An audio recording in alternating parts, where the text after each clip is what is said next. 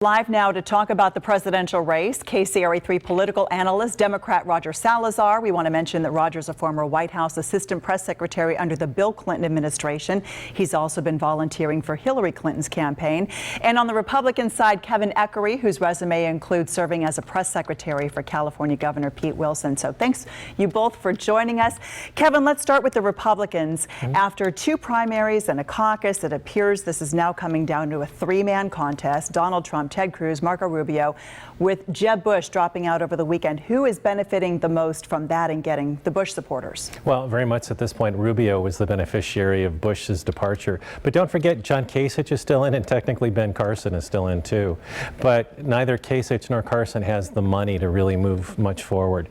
If Kasich gets lucky and does well on Super Tuesday, you might see his campaign revive. But really, at this point, it's a three-way race. And Roger, I have to ask, as you're watching this from the Democratic side, you have Donald Trump, who's been the front runner, in contest after contest, and then the rest of the vote being split. Until this becomes a two-person race, do you see that dynamic changing? Does Trump continue to benefit? No, I think as long as there are, the more people there are in the race, the harder it is for any of those guys to be able to unseat Trump. I think he takes advantage of the fact that the anti-Trump vote, if there is such a thing, is very much split among the other candidates. I think the only real hope for Republicans, if they want to get another candidate in there for the Republican nomination, is to solidify behind one candidate as the opposition candidate to Trump, and I just don't know that they're going to be able to do that. Kevin, can they do that? Do you see that happening? I think they have to. I think that Roger's right. As long as it's even a three-way race, it still benefits Donald Trump.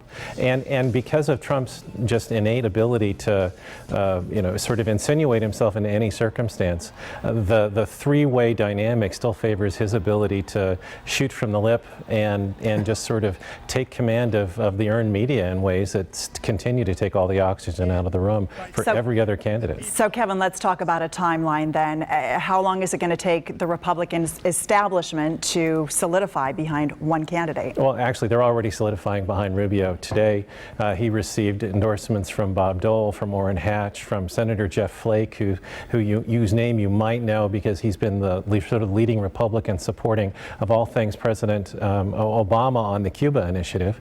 And a key fundraiser from the Bush campaign has now gone to work for the Rubio campaign.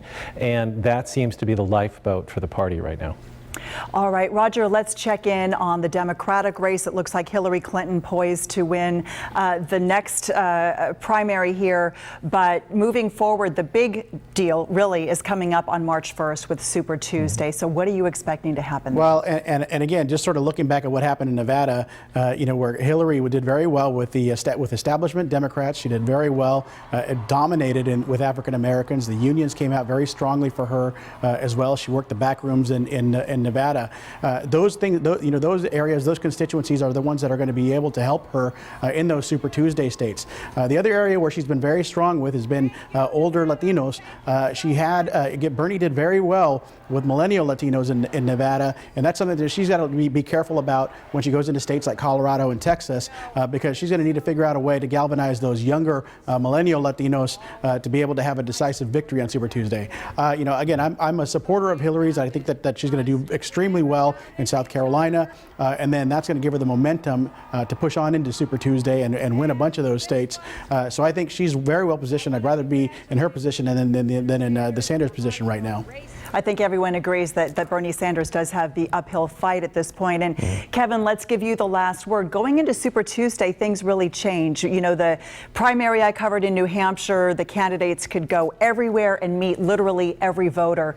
It changes when you're trying to campaign across 11 states at the same time. Yeah, this becomes a national campaign, and who can buy the most commercial time and who can do the most, events to get some time on the evening news. I mean, that's why the focus shifts away from the people who haven't done it before. It's why the focus shifts away from Senator Sanders. It's why it focuses away from John Kasich and the others who just don't have the resources to compete nationally.